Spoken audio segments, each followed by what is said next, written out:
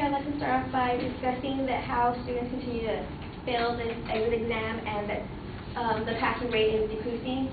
Actuality is that students should have sufficient knowledge to complete this high school exit exam because they have either completed or are currently in progress they're currently in progress in high school level curriculum sufficient to have attained the skills and knowledge.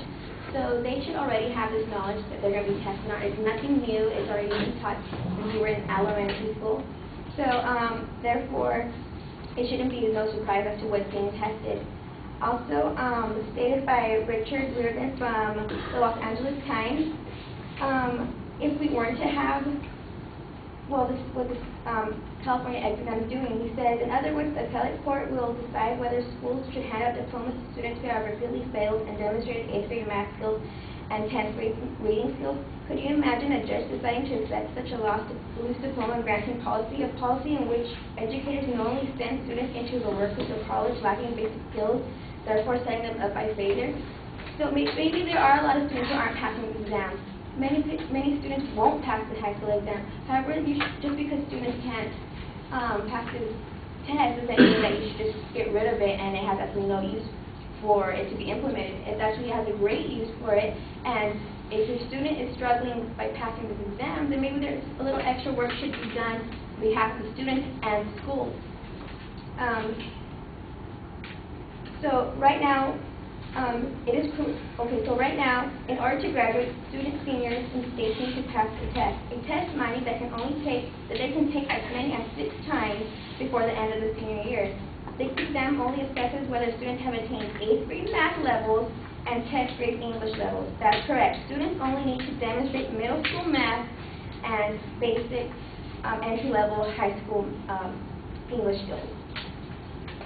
So as of now, the mathematics and English language arts portion of the CASB, you don't even have, on a normal scale, a 70 is passing, 60 and anything below, but anything below 70 isn't passing. Well, actually, you don't even have to have a C to pass the California exit exam. In order to pass the mathematics portion, all you need to score is 55%, half.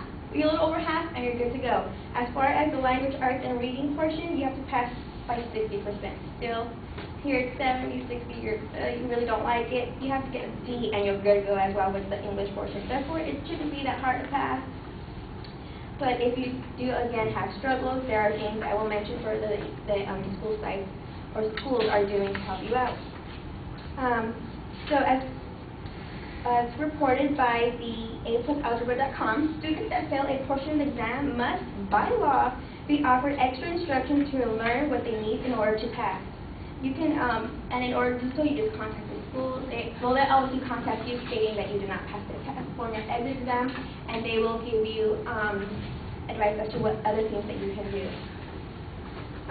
Also, secondly, stated that English learners have a difficulty.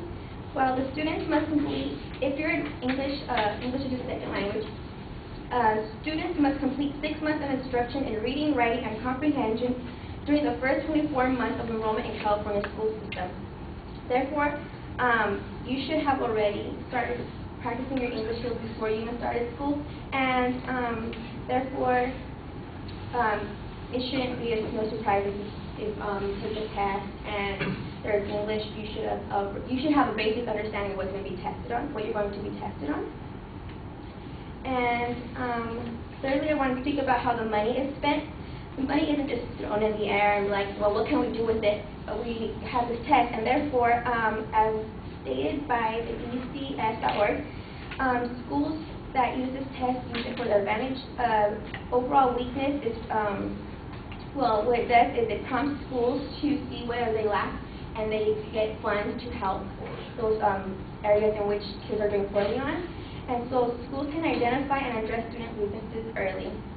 Therefore, we still believe that the California high school exam should be in place and should be used because there are a lot of benefits that can come from it.